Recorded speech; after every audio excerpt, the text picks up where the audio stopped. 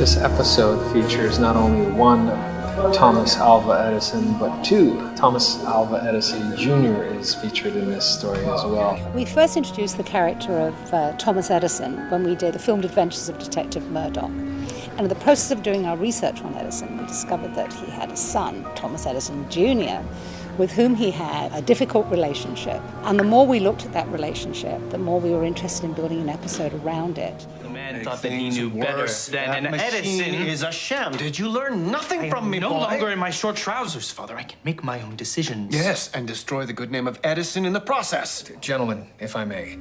The historical Edison did have very, very poor relationships with his children, to put it mildly. It's pretty fractious. Thomas Jr., who is the character that we have in this episode, did not please his father. He worked for the company, but his dad had very high standards. There's no amount of therapy that could fix what has happened between Edison Sr. and Jr. Every scene that myself and David Storch were just bickering the whole time. We're never satisfied with one another. And we just can't wait to get out of the other one's life. Edison was the original workaholic. He used to, when he got tired, push his space aside on his work table, lie on it, go to sleep, wake up, get back to work.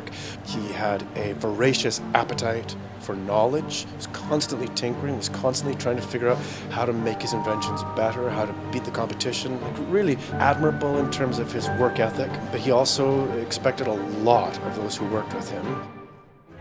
Look at this arm! This device is a modern marvel, one that can complete complex tasks a cosmetic prosthetic cannot. For this episode we have coming up, we have a prosthetic arm that's supposed to be a robotic humanoid arm. Electromechanical is how it's described in the script. It's kind of the highlight of the medical convention. Crabtree and our young lad Simon are quite taken by the fact that there is this mechanical arm that can do things, because something like this would have been very, very advanced. All of the plastic parts, which is almost all of the arm, were printed on a 3D printer. And so all of these inside here, there are gears. There's a giant worm gear in here. The whole arm in here is 3D printed and then covered in leather to make it look more period.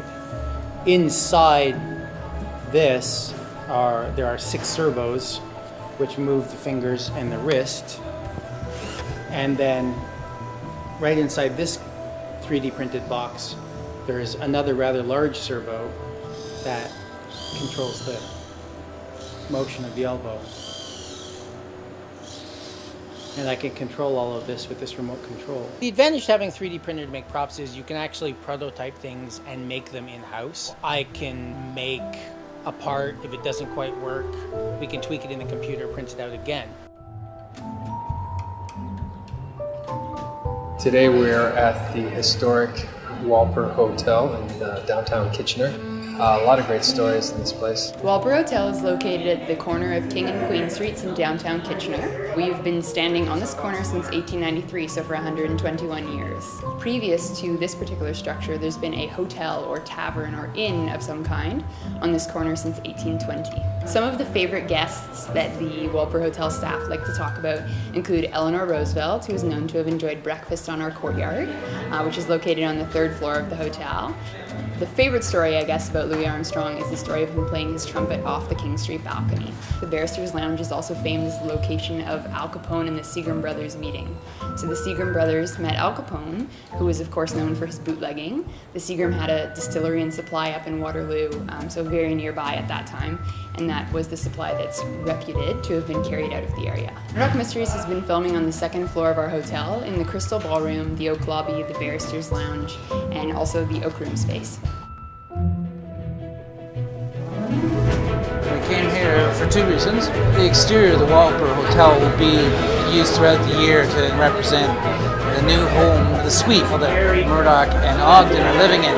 And at the same time, we needed a room, a large ballroom type room to stage the medical Emporium. The biggest thing about shooting the Emporium was, I think, capturing a sort of sense of whimsy and scale. We want to show it in a way that we really see the wonderful job the art department did and try and catch a sense of wonder, especially the sense of wonder that Simon and Crabtree are seeing as they travel through the exhibit. We used a Steadicam, which allowed us to go in many directions at once and allowed us to travel freely as if you're another person experiencing the Emporium.